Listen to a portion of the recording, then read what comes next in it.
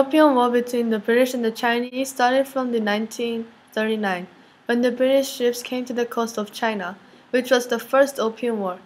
The British forced themselves into China because they wanted to have trade with China.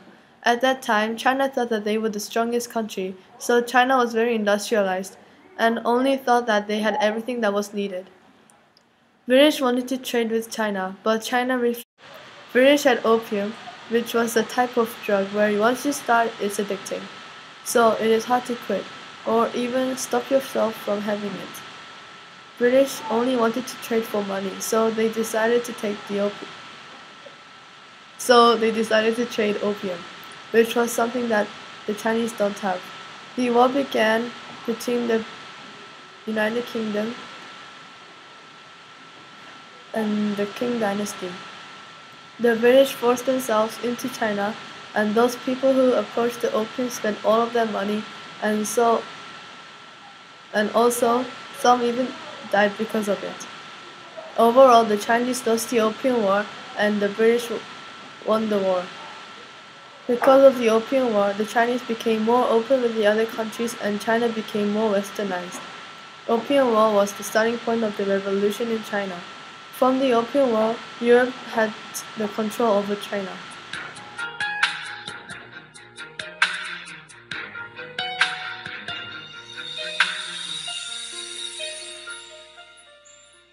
Although Korea had benefits of becoming modernized with new roads, railroads, telegraph lines, and new schools, Korea had more negative effects of becoming worse as the time passed. All of the high authorities were held by Japanese. In the 1930s, Japan had a regulation of Koreans to change name to Japanese name and ban speaking of Korean in schools. The Japanese residents generally slowly took over political state and social status too. With the force of the Korean king in 1907, his son Seokjong took the throne. Japan pressured him to give up his position after 3 years in April 1910.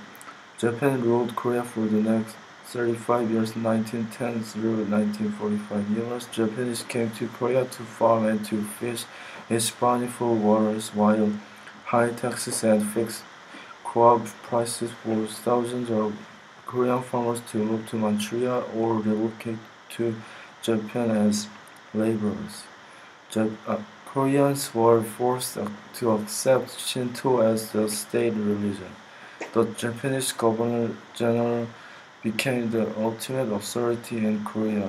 Outspoken newspapers were shut down and all political activity was banned. In late March and April 1919, movements against Japanese were formed but were ineffectual. Most resistance to the Japanese took place on the peninsula in a quiet way, in the form of social groups, in institutions and literature promoting Korean history, culture, and the arts, and in religious activities that push for freedom of thought. Vocal and violent outbreaks occurred in 1926 after the death of Korea's last king and in the 1929 student demonstration in Gwangju. And finally, Japan had surrendered on August 15, 1945.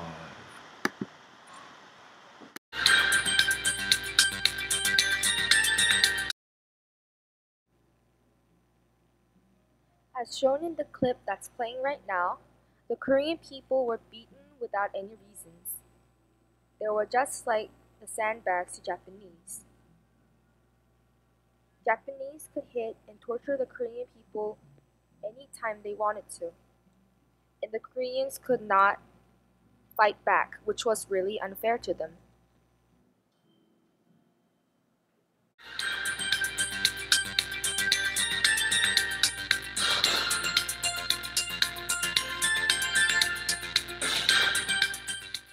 Also, during the invasion, Koreans were forbidden to learn their own language but Japanese language, which brought a great shame to them. However, some Korean people secretly used Korean and even published some newspapers and books.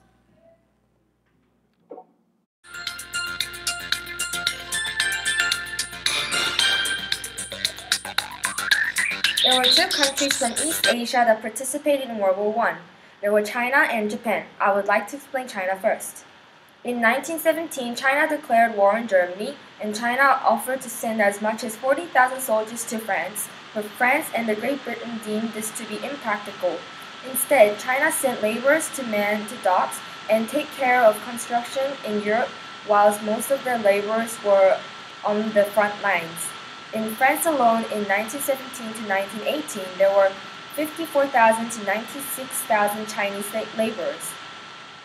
But manpower was not the only way in which China made a difference in World War I. When China entered the war, all German ships in Chinese ports were seized by the Chinese state, as were the assist of German banks, notably the bank in Shanghai, dealing a blow to German economic capacity. Despite this, after the war, China did not receive the recognition and respect it had expected.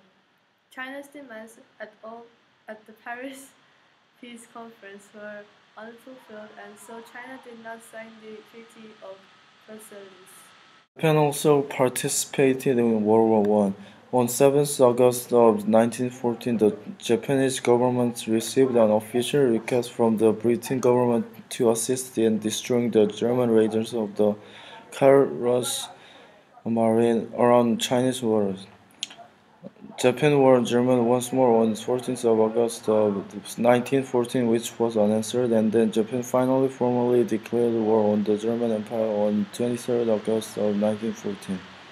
Japanese forces quickly occupied German-leased territories in the Far East. On 2nd September 1914, Japanese forces landed on China's Shandong province and surrounded the German settlement at Jingdong. During October, acting virtually independently of the civil government, the Japanese Navy seized several of Germany's island colonies in the Pacific, the Mariana, Caroline, and Marshall Islands without resistance.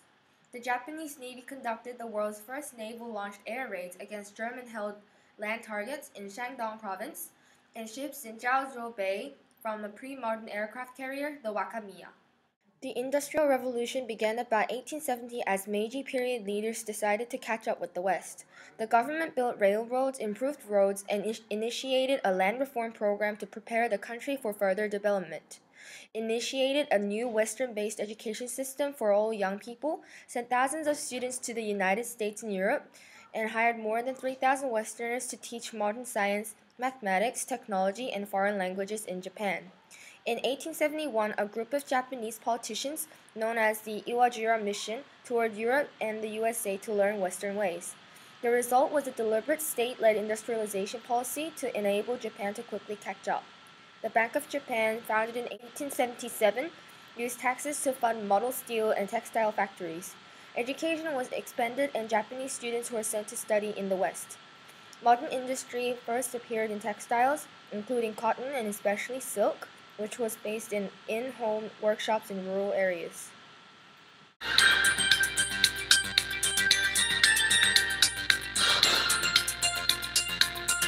Civil War restarted soon after the war against the Japanese was over.